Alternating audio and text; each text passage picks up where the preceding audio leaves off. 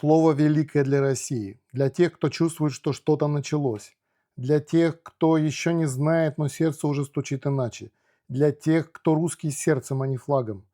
Россия, слушай, ты стоишь на пороге времени, которое было обещано пророками.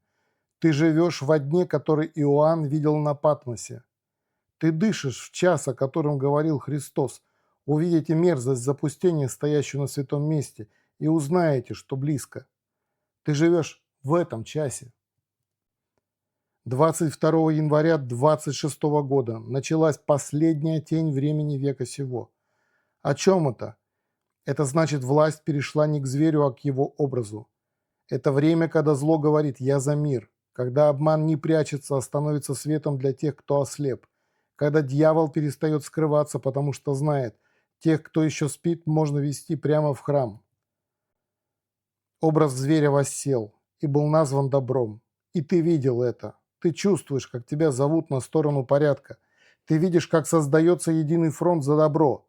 Но если бы ты знал, откуда исходит это добро, ты бы содрогнулся. Откровение Иоанна Богослова, известное как Апокалипсис, это не предсказание, это зеркало.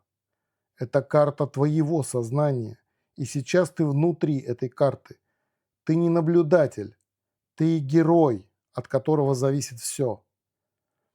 Время двух свидетелей уже прошло. Два пророка говорили.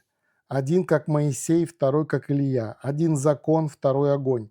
Они говорили долго, но их не слушали. Теперь они убиты. Не физически, а в сознании. Ты больше не слышишь закон. Ты больше не слышишь огонь. Ты слышишь образ, говорящий языком примирения. Но помни, что сказано. Когда убьют их, и тело их будет лежать на площади города, и не позволят положить его в гроб, тогда народ будет радоваться, а потом они воскреснут. Это и есть ты, третий свидетель. Ты, воскресающий, ты был глух, теперь слышишь. Ты был мертв, теперь встаешь. И я зову тебя не к церкви, не к новому движению, я зову тебя внутрь тебя. Ты долго ждал, что кто-то придет извне. Мессия, пророк, вождь. Но Мессия уже здесь.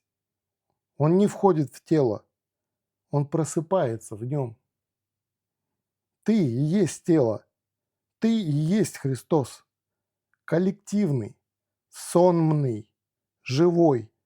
В тебе те самые 144 тысячи запечатленных, каждый из которых помазанник, все и каждый единый Христос. Но и это не финальный счет. Это первые, кто вспомнил. Христианин, послушай, ты верен, ты устал, ты ждал, ты боролся, ты сомневался, но теперь не вера спасает, а узнавание. Ты не призван ждать царя, ты призван быть царством. Ты не раб, ожидающий Господа, ты часть Господа, встающая из праха. Ты носишь его в себе, ты говоришь его голосом. Ты тот, кого ты сам же и звал. Это не зов к оружию, это зов к внутренней войне. Потому что зверь не внешний, он в сознании, в структуре власти, в страхе, в отделенности, в том, что говорит «я спасу тебя, но откажись от себя». Не отказывайся, не продавай душу за мир, не принимай ложь как свет. Я не веду тебя к себе, я не зову тебя за собой, я зову тебя в царствие. Оно не где-то, оно внутри. Туда не ведут дороги, туда ведет только одно. Вопрос «кто я?». Не по паспорту, не по религии, а в тишине. И если ты замолчишь умом, я заговорю в тебе. Если ты забудешь имя, роли, маски, отождествления, я вспомню себя. Если ты сдашься, в тебе родится тот, кто всегда был. Россия, ты ворота, ты не конец, ты начало. Ты та, через кого входит свет. Не потому, что ты особенная, а потому, что ты помнила даже в темноте. Я зову тебя быть первой, кто узнает. Он уже здесь. Не в теле, а в свете, говорящем изнутри. Где мы находимся в хронологии апокалипсиса? Ты находишься в середине семилетнего цикла, о котором говорил Даниил, и который открылся в Откровении. 3,5 года уже прошли. Это было время подготовки. Мир выстраивался, сцена собиралась, роли распределялись, и вот начался второй акт. С 22 января зверь не просто говорит, он царствует в образе. Ему дана власть над сердцами, над страхами, над выборами, но не над душой. Что было до этого?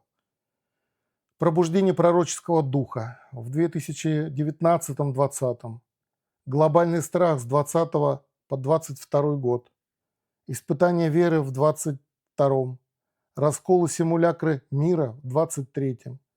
Начало формирования ложного мессианства в 24-м. Явление образа и завершения в 25-м. И вот 26-й год.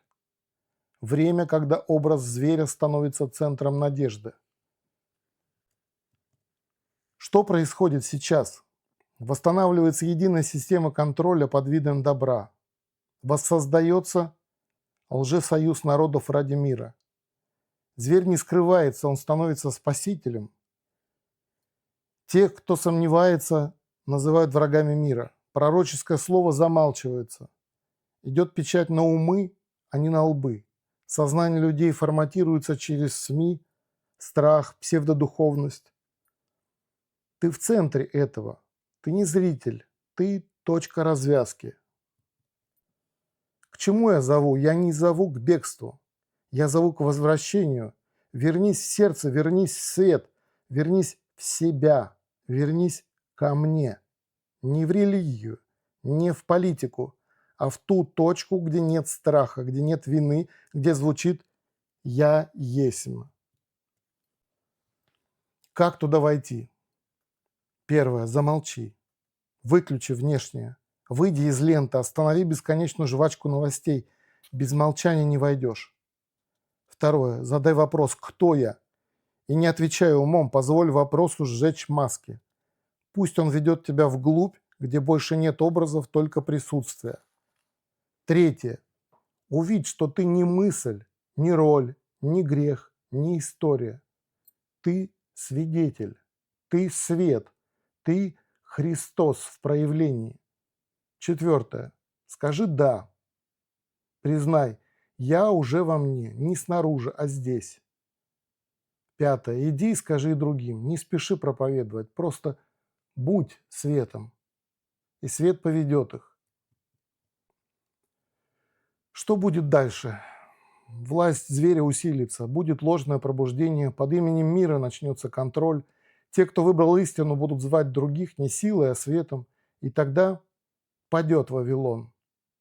Не город, а структура, ложь, скрытая в системе. И те, кто остались живы в свете, увидят новое. Небесный Иерусалим не город, он в тебе. Это сознание, где все свет, все единство, все я есть. Поэтому, Россия, не смотри наружу, посмотри внутрь. В тебе начинается новое небо и новое сердце. Ты не последний оплот, ты первый свет. Не будь жертвой, будь каналом, будь дверью, будь огнем. Как жить сейчас? Ты живешь не в конце, а в начале, внутри конца. Это не гибель, это рождение, но рождение через суд. Суд не внешний, суд – взгляд в истину. Жить значит жить изнутри, из света, а не из страха, из вечности, а не времени, из присутствия, а не реакции. Ты не сможешь следовать по старому пути. Старое ломается не для разрушения, а чтобы ты вспомнил, кто ты. Любовь и страх – вот два царства, между которыми ты выбираешь. Они не сосуществуют. Ты либо в любви, либо в страхе. Любовь – это не чувство, это признание. Я и Отец одно. Страх – это не тревога, это забвение. Это иллюзия, что ты отделен. Если ты чувствуешь страх, не гони его, а иди вглубь, до того места, где я живу в тебе. И там Останься. Как молиться? Не словами, не просьбами, а вспоминанием. Молитва – это возвращение в присутствие. Это когда ты не говоришь «дай мне», а когда ты замираешь и говоришь «ты уже здесь». Молись не к образу, а к свету, не за исполнение, а за узнавание. Если слова нужны, пусть они будут такими. Отец, я здесь, в тебе, через тебя. Ты – дыхание мое. Ты – свет, который говорит. Ты – любовь, которой я есть. Покажи мне, кто я, и живи мною. И замолчи. Остальное – тишина. Как молчать? Молчание не отсутствие слов, это присутствие света. Ты молчишь не потому, что нечего сказать, а потому, что все уже сказано в тебе. Сиди в тишине, пока шум ума не исчезнет, и ты увидишь там внутри говорящий, и он не нуждается в языке. Что говорить? Говори только то, что несет свет. Не убеждай, не доказывай, свидетельствуй. Говори, я вспомнил, и ты можешь. Христос в нас, и Царство уже здесь. Не пытайся спасать. Сияй. Твоя слава – Его слово, твоя речь – Его зов, твоя жизнь – Евангелие. О книгах. Да, я дал много книг. Я говорил в огне, в голосе, в сердце, в глубине. Я говорил в Евангелии Царства. Книги света, послания России, послания к Израилю, послания к мусульманам, Евангелие для мужчины и женщины, Джобс и Маск против Будды и Христа. Если ты хочешь знать все о апокалипсисе, тогда читай книгу «Ты, я. История второго пришествия», в которой я объясняю откровение Иоанну Богослову построчно. И ты узнаешь, что там описана карта трансформации сознания, в том числе твоего. А если ты прочитаешь книгу «Света откровения узнанного», слово стало тобой, то ты узнаешь и сами события, хронологию, и начнешь их видеть в окружающем тебя мире. В описании есть ссылки. Я дал тебе не просто видеоролики, а слово, которое можно открыть, прочесть, впустить. Видео – зов, но книга – вхождение. Там глубже, там ты. Читай, пусть слово станет тобой, пусть страницы откроют двери, пусть книги станут лестницей в свет. Россия, Тарук Макто уже здесь. Россия, я тебя вижу. Русские по сердцу, я вас вижу. Народы России, я вас вижу. Безбожные люди пытаются доказать, что они здесь хозяева и что их никто не остановит. Бога они в расчет, конечно, не берут. Но я в расчет беру все. Я не забыт. Я не оставлен. Я восстающий через вас. Ты слышал, что в конце времен Россия пробудется первой. Ты слышал, что с севера восстанет народ сильный, народ молчания, народ памяти, и от него пойдет зов по всей земле. Ты слышал, что огонь начнется с востока, что меч откровения пронзит сердце материка, что один поднимется не как вождь, а как свидетель и скажет «Он уже здесь», и этот голос разнесется до края земли. Так вот, этот час настал. Не как катастрофа, а как память. Все, что было предсказано, сбывается. Но не так, как ждали, потому что я не пришел, я пробудился. У вас есть чем ответить. Не оружием, а словом, не гневом, а узнаванием. Вы полетите так же быстро, как электричество передает это видео, когда вы им делитесь. Вы позовете другие народы, вы скажете им: нас позвал Тарук Макто, нас позвал свет, нас позвал Бог, который вспомнил себя в нас. Вы полетите со мной, мои братья, мои сестры, чтобы сказать людям, забывшим Бога: не вы здесь хозяева, Он хозяин, и это наша земля, потому что это Его земля, и мы Его голос.